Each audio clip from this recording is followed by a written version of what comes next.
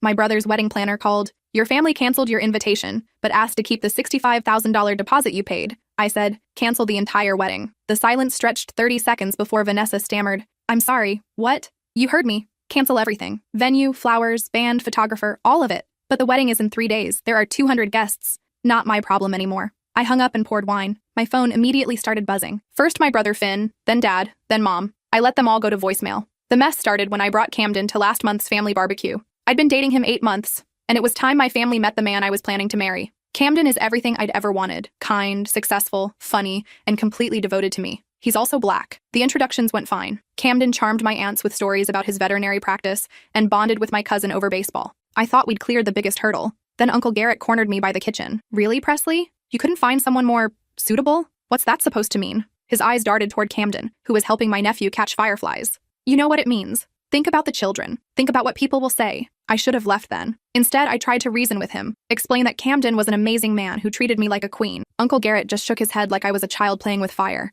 The real blow came 2 weeks later when Finn called. I need to ask you something, and it's going to be awkward. My stomach dropped. What? Would you consider coming to the wedding alone? Miranda's family is traditional. They're threatening to boycott if Camden comes. Her dad already put down his own deposit for the reception, and he's saying he'll pull funding if there are complications. I couldn't breathe. Complications? You know what I mean. Please, Presley. It's one day. You can bring him to the next family thing. That's when I realized my brother, who I'd helped through college, who I'd bailed out of 3 financial disasters, who I'd paid for an entire wedding because Miranda wanted her dream day, was asking me to hide the man I loved. Who else feels this way? I asked quietly. The pause told me everything. My whole family had discussed this behind my back. They'd weighed my happiness against their comfort and decided I was expendable. It's just easier this way, Finn said weakly. I started laughing, not because anything was funny, but because the alternative was screaming. You want to know what's easy, Finn? Canceling vendor contracts when you're the one who signed them. That's how I ended up with the nuclear option. When I'd offered to pay for everything, Finn insisted all contracts go through me for tax purposes. Every vendor, every deposit, every signature, all in my name. My phone rang again. This time it was Miranda. Presley, please.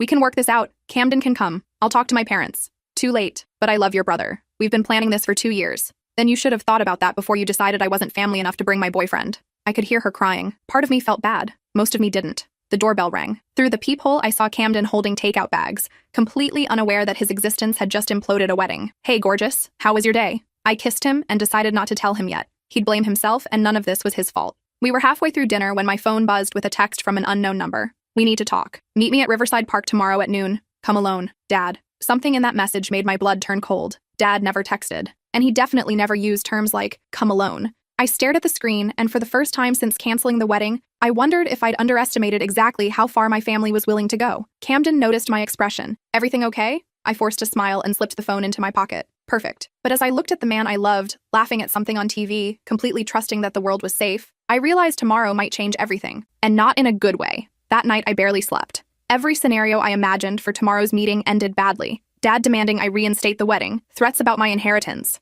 or worse, something involving Camden's safety. By morning, I'd made up my mind. If Dad wanted to play games, I'd come prepared. I downloaded a call recording app and tested it twice. Then I called my best friend Zoe, who knew about everything that had happened. I need you to know where I'll be today, I said. And if something happens to me, make sure Camden knows it wasn't his fault. Jesus, Presley, you're scaring me. Good. I'm scared too. I gave her all the details. The park, the time, Dad's message. She promised to call the police if I didn't check in by 2 p.m. Camden had left early for surgery on a horse with colic, kissing me goodbye while I pretended to sleep. I felt guilty lying to him, but some instinct told me this meeting needed to stay between my family and me. At 11:45, I drove to Riverside Park. The place was mostly empty, just a few joggers and a woman walking her dog. I chose a bench near the playground where I'd have clear sightlines in all directions. Dad arrived exactly at noon wearing his intimidation uniform, the expensive suit he saved for business deals and court appearances. Behind him walked Uncle Garrett and my cousin Bryce, who'd played college football before steroids destroyed his knees and common sense.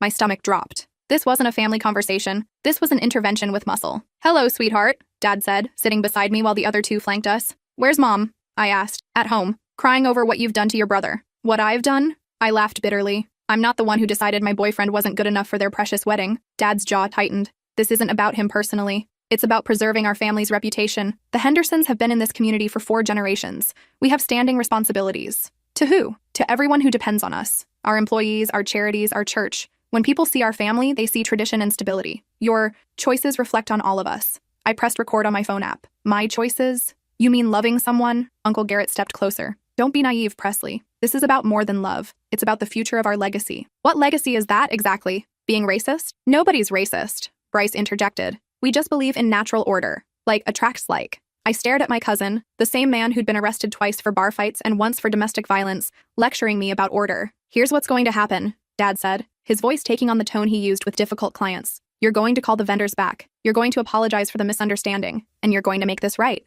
And if I don't? Dad pulled out his phone and showed me a series of photos. My car in Camden's driveway. Camden leaving his clinic. Camden at the grocery store. We know where he lives, where he works, where he shops. It would be unfortunate if someone called animal control about unsafe practices at his clinic, or if his landlord received anonymous complaints about noise violations, or if potential clients heard rumors about his character. My blood turned to ice. You're threatening him. We're protecting our family, Uncle Garrett said. Sometimes that requires difficult decisions. I looked at these three men, my father, my uncle, my cousin, and realized I was seeing them clearly for the first time. They weren't just racist. They were bullies who'd hidden their true nature behind money and social standing. You have until tomorrow morning, Dad continued. Finn's wedding will proceed as planned. You'll attend alone and smile for the cameras. Camden will understand that sometimes relationships don't work out. And if he doesn't understand, Dad's smile was cold. Then he'll learn. They stood to leave, but I stayed seated. I need to ask you something, I said. Dad paused. What? How long have you been planning this? The family barbecue, Finn's request, all of it. This feels too coordinated to be spontaneous. For just a moment, Dad's mask slipped. I saw something that looked almost like pride. Your brother called us the night after he met Camden, said you seemed serious about him. We had to consider our options. The betrayal hit me like a physical blow. Finn hadn't been pressured by Miranda's family. He'd orchestrated this from the beginning. So the whole thing, Miranda's traditional parents, the boycott threats. Miranda's parents are progressive Democrats who donated to Obama twice, Uncle Garrett said with a smirk. But they're good people. They understand the importance of family unity. I sat there processing the elaborate con they'd pulled, the fake crisis, the emotional manipulation, the carefully orchestrated meeting today. They'd played me like a chess piece. Clever, I said finally. Really clever. Dad looked pleased. We prefer to think of it as thorough. There's just one problem with your plan. What's that? I held up my phone, showing the recording app that had been running for the entire conversation. I have everything you just said. The threats against Camden, the admission that you fabricated Miranda's family's objections, Uncle Garrett's comment about natural order, all of it. The color drained from Dad's face. Delete that. No. Bryce stepped forward, but I was already backing toward my car. You know what's funny? I called out. You're so worried about protecting the family reputation, but you just handed me everything I need to destroy it.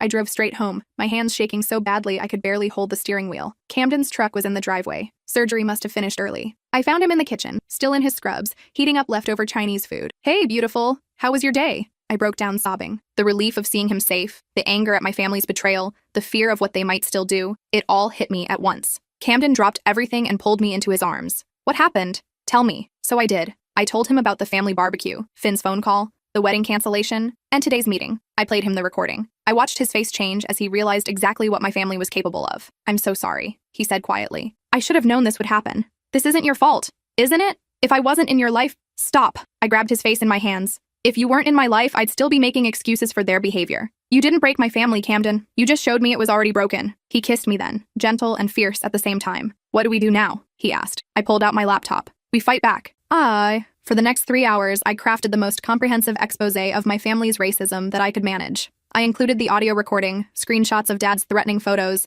and a detailed timeline of everything that had happened. I researched the Henderson family's public commitments, the diversity initiatives at Dad's law firm, Uncle Garrett's position on the United Way board, our family's donations to various civil rights organizations. The hypocrisy was staggering. Then I started making a list of recipients, local news outlets, social media influencers, civil rights organizations, and every client and business partner I could think of. Are you sure about this? Camden asked. Once you send this, there's no going back. There's already no going back. They made sure of that when they threatened you. But before I could hit send, my phone rang. It was Mom. Please don't answer, Camden said. I looked at the caller ID. After everything that had happened, part of me still hoped she might be different. That maybe she'd been kept in the dark about Dad's plan. Hello, Mom. Presley, honey, we need to talk. About what? Dad's threats against Camden? Or maybe Finn's little performance about Miranda's family? Silence. You knew? I said. You knew the whole time. I knew your father was concerned. Concerned? He threatened to destroy Camden's business and reputation. He had people following him and taking pictures. That's not concern, Mom. That's stalking. You have to understand, sweetheart. We're trying to protect you. From what?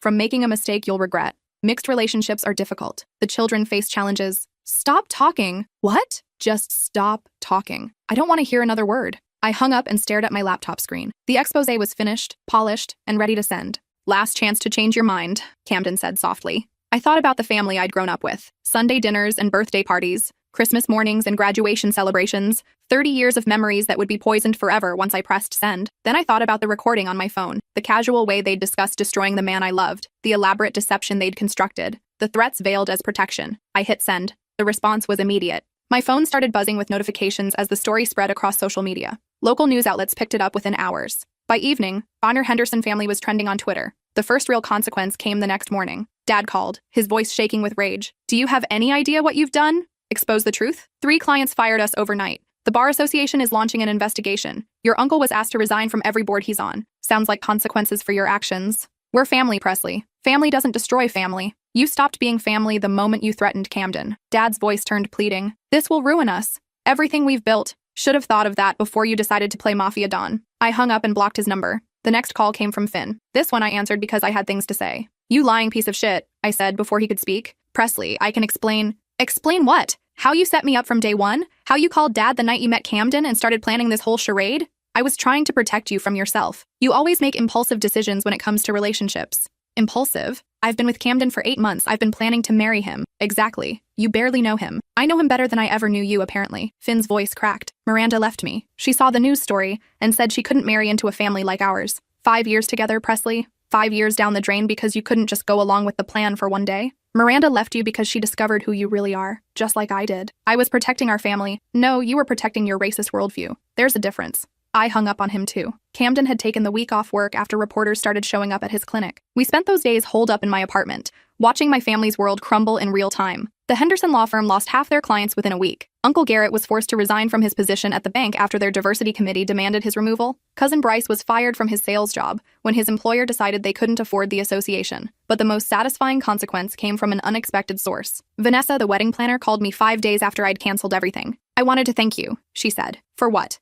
Destroying your biggest event of the year? For showing me what kind of people they really are. After you canceled, your father called and offered me double my fee to somehow salvage the wedding. When I said it was impossible, he started screaming about how it was all your fault for dating that black man. My stomach turned. I'm sorry you had to hear that. Don't be. I recorded the whole conversation. I've been in this business for 15 years, and I've seen plenty of entitled families, but I've never seen anything that disgusting. I sent the recording to my professional association. They're circulating it as an example of the kind of clients we should refuse to work with. Good for you. There's more. I also sent it to my friend who works at Channel 7. They're running a follow-up story tonight about how the family has continued to blame you instead of taking responsibility for their actions. That evening, Camden and I watched the news together. There was Dad, ambushed by reporters outside his office, claiming he'd been taken out of context. Uncle Garrett insisting he wasn't racist, just traditional. And Finn, looking haggard and defensive, blaming me for destroying his life. They'd learned nothing. 3 weeks later, Camden and I were having dinner when someone knocked on my door. Through the peephole, I saw a woman I didn't recognize holding a bouquet of flowers. Are you Presley Henderson? She asked when I opened the door. Yes. My name is Claudia Martinez. I wanted to thank you. She explained that she'd been hired as a paralegal at Dad's firm 6 months earlier. She was one of only 3 Hispanic employees in a company of 50 people. She'd noticed the subtle discrimination but had been afraid to speak up because she needed the job. After your story came out, 8 of us filed a joint complaint with the EEOC, she said. We finally felt safe to tell the truth about what it's like to work there. I invited her in for coffee. As we talked, I learned about the toxic culture Dad had created, the racist jokes in partner meetings, the way minority employees were passed over for promotions, the subtle intimidation tactics used to keep people quiet. Your story gave us courage, Claudia said. Sometimes it takes someone from the inside to show others it's okay to fight back. After she left, I sat on my couch thinking about unintended consequences. I'd set out to expose my family's treatment of Camden and me. I hadn't expected to inspire others to speak up about their own experiences. 2 months later, the Henderson law firm closed permanently. Dad filed for bankruptcy a week later. Uncle Garrett was facing criminal charges for embezzlement that came to light during the investigation, and Finn had moved to another state trying to escape the scandal. Mom was the only one who eventually reached out to apologize. She came to my apartment on a rainy Thursday evening, looking older and more fragile than I'd ever seen her.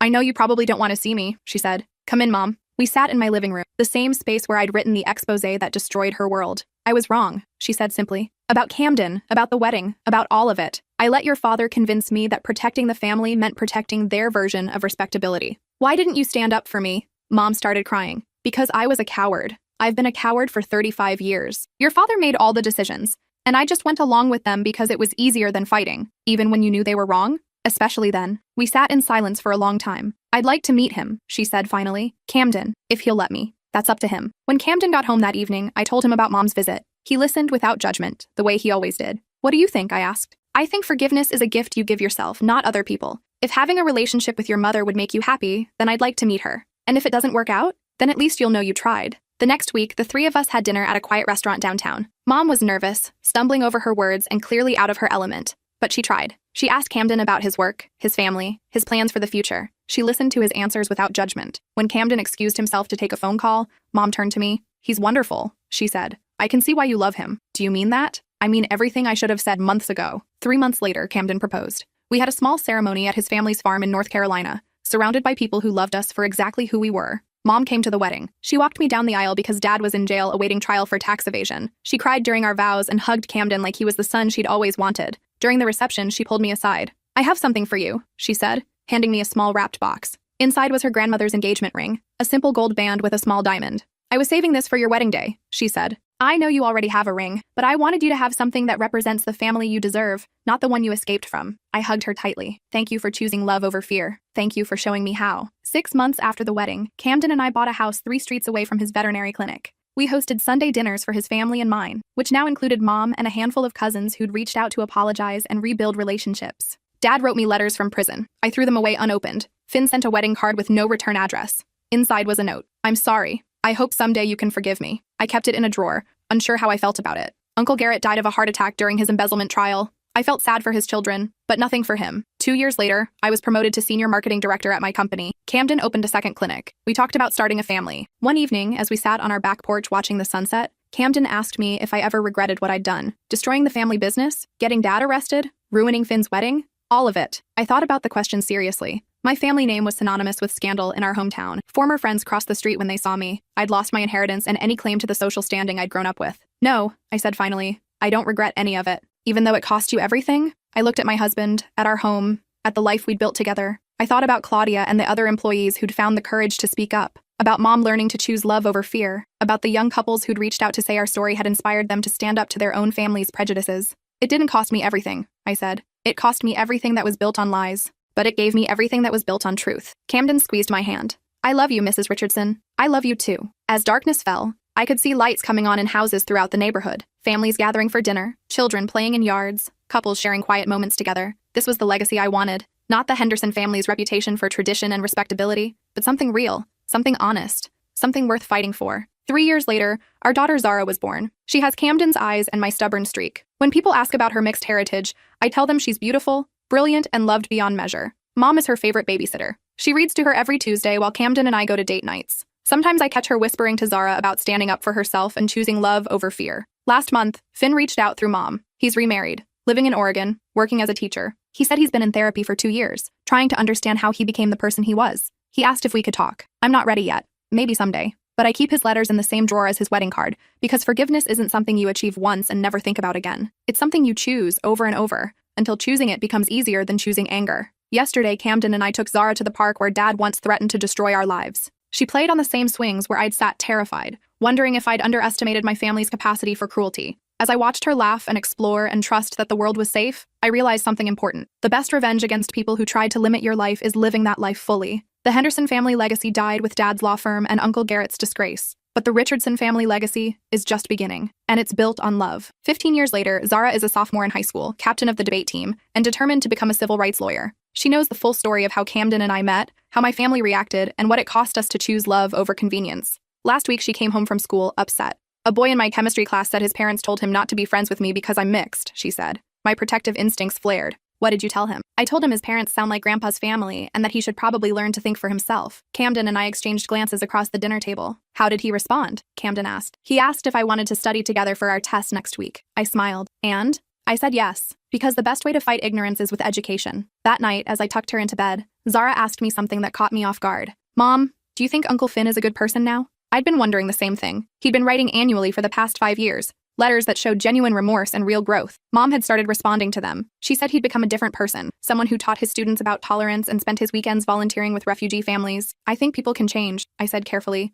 but changing doesn't erase what they did before. Would you ever want to see him again? I thought about it. Maybe, when I'm ready. When will you be ready? I don't know, sweetheart. Healing takes as long as it takes. She nodded thoughtfully. Could I meet him someday? Even if you're not ready? The question surprised me. Why would you want to? Because he's part of our family story, and I want to understand all the parts of where I come from. 6 months later, Zara asked again. This time, she'd been corresponding with Finn through Mom, letters about school and books and her dreams for the future. He doesn't sound like the person you've described, she said. People contain multitudes, I replied. Someone can be genuinely sorry for terrible things they did, and still be responsible for the harm they caused. But shouldn't forgiveness be about healing, not punishment? My wise daughter had a point. That summer, we arranged a meeting. Camden, Zara, Mom, and me would drive to Portland to meet Finn and his new family for lunch. The night before we left, I was restless. Camden found me on the back porch at 2 a.m., staring at the stars. Second thoughts? He asked. Third and fourth thoughts. He sat beside me. What's the worst that could happen? He could be exactly the same person he always was, just better at hiding it. And what's the best that could happen? He could be genuinely different. We could have a conversation that helps us both heal.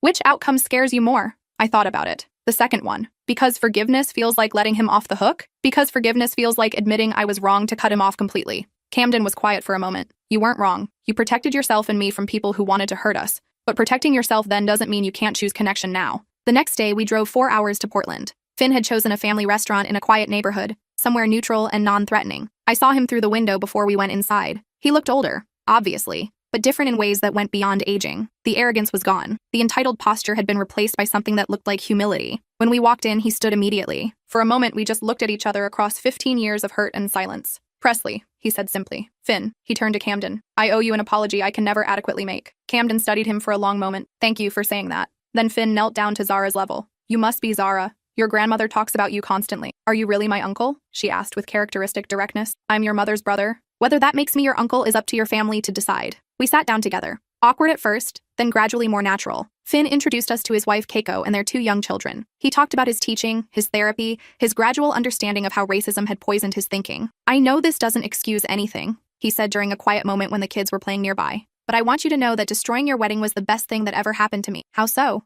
I asked. Because it forced me to confront who I really was. Without that, I would have married Miranda under false pretenses and spent my life perpetuating the same toxic pattern. Instead, I lost everything, moved across the country, and had to rebuild myself from scratch. He paused, watching his children play with Zara. These kids are growing up with Japanese heritage from their mother and whatever heritage I have from our family. They're learning that love comes in many forms, and that difference makes the world beautiful. I would never have been capable of that kind of parenting 15 years ago. Camden leaned forward. What changed? Consequences, Finn said simply. Real consequences for my actions. For the first time in my life, I couldn't charm my way out of what I'd done or blame someone else for my problems. I had to face the truth about myself. By the end of lunch, Zara was showing Finn and Keiko pictures from her phone. Camden was discussing veterinary medicine with them. Mom was crying happy tears. As we prepared to leave, Finn asked if he could speak to me privately. I don't expect forgiveness, he said. I don't deserve it, and I know that. But I want you to know that not a day goes by that I don't think about what I put you through. Your courage in standing up to all of us. It saved my life. How do you figure? Because it showed me what integrity looks like. You chose truth over comfort, love over safety, principle over convenience.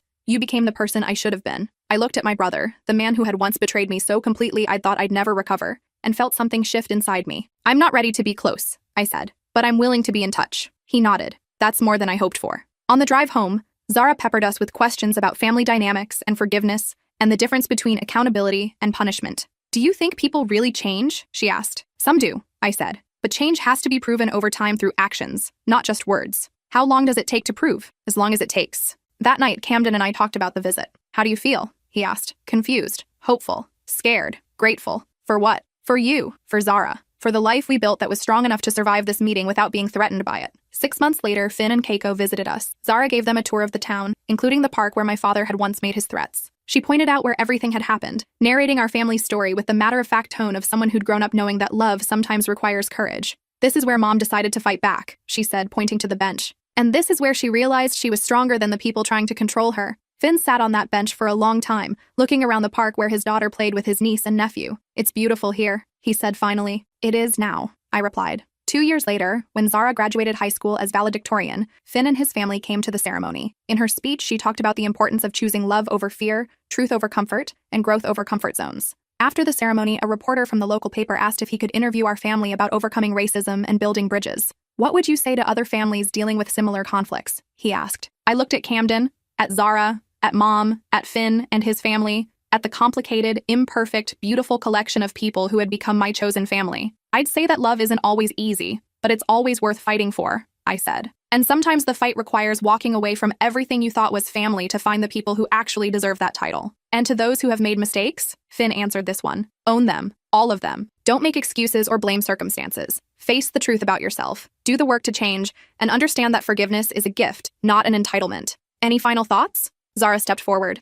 The most important thing I've learned from my family is that heritage isn't just about where you come from, it's about what you choose to pass forward. And I choose to pass forward love. That evening, we celebrated at our house. 3 generations, multiple ethnicities, various perspectives, united by the choice to keep choosing each other despite our complicated history. As I watched Finn help Camden with the dishes, while Zara and her cousins played in the yard and Mom and Keiko shared stories about raising children, I realized something important. The Henderson family had been built on image and control and fear of what other people might think. The Richardson family, the one Camden and I had created, the one that now included Mom and Finn and his children and everyone we'd chosen to love, was built on truth and growth and the willingness to keep working towards something better. Sometimes the best thing you can do for a family is destroy it completely, so something healthier can grow in its place. 20 years after I canceled Finn's wedding, I was asked to speak at a conference about overcoming family racism. The audience was full of people who'd been disowned for loving across racial lines, who'd chosen truth over comfort, who'd paid the price for refusing to accept unacceptable behavior. The question I get asked most often, I said, is whether I regret destroying my family relationships to protect my relationship with my husband. I paused,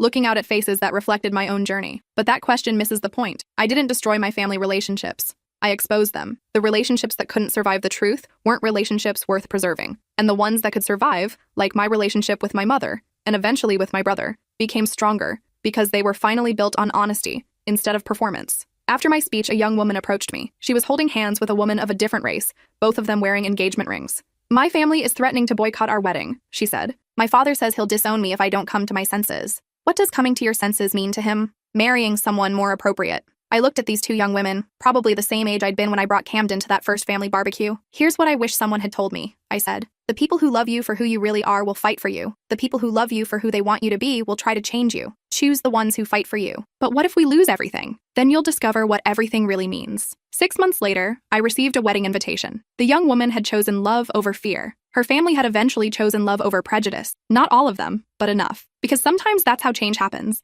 Not all at once, not perfectly, but person by person, choice by choice, generation by generation. Zara is in college now, studying law at Howard University, following her dream of becoming a civil rights attorney. She calls every Sunday to tell us about her classes, her friends, her plans to change the world. Last week, she called with news. "I'm dating someone," she said. "Tell me about them," I replied. "Their name is River. They're studying environmental law. They're funny and kind, and they make me want to be a better person. They sound wonderful. They're also non-binary and white and come from a conservative family in rural Alabama." I smiled, remembering my own phone call to Mom 20 years earlier. "Are you happy?" I asked. "Incredibly." "Then I'm happy too. Even though it might be complicated, the best things usually are." That night, I told Camden about Zara's news. "Think we're going to have to battle another family of bigots?" he asked. "Maybe, but we'll handle it." "How can you be so sure?" "Because we know how this story ends. Love wins. It doesn't always win easily, and it doesn't always win quickly, but it always wins eventually. Even when it costs everything." I looked around our home, at the pictures of our chosen family, at the evidence of lives built on truth instead of convenience,